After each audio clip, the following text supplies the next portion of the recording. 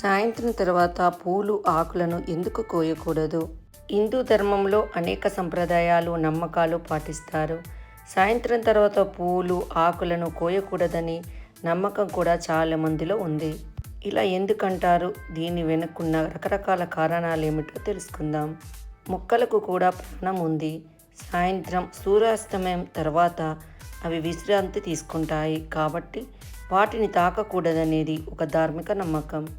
ఎవరైనా నిద్రపోతున్నప్పుడు విశ్రాంతి తీసుకున్నప్పుడు వారికి ఇబ్బంది కలిగించకూడదు కదా. అదేవిధంగా పూలు మొక్కలను కూడా సాయంత్రం తర్వాత తాకకూడదు అంటారు. సాయంత్రం సమయములలో చెట్లు మొక్కలలో కీటకాలు పక్షులు నివసిస్తూ ఉంటాయి. ఒకవేళ మనం వాటి విశ్రాంతికి భంగం కలిగిస్తే వాటిని మనం ఇబ్బంది పెట్టిన వారం అవుతాము. ఇది మరో కారణము. సాయంత్రం తర్వాత పూల సువాసన అందం రెండూ తగ్గుతాయి.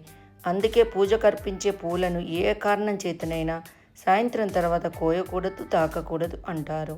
సాయంత్రం తర్వాత పూలు ఆకులను కోయకూడదు అనేందుకు శాస్త్రీయ కారణాలు కూడా ఉన్నాయి. రాత్రివేళ చెట్లు మొక్కలు కార్బన్ డయాక్సైడ్ను విడుదల చేస్తాయి. కాబట్టి ఆ సమయంలో వాటిని తాకడం కానీ చెట్టు కింద పడుకోవడం కానీ చేయకూడదు.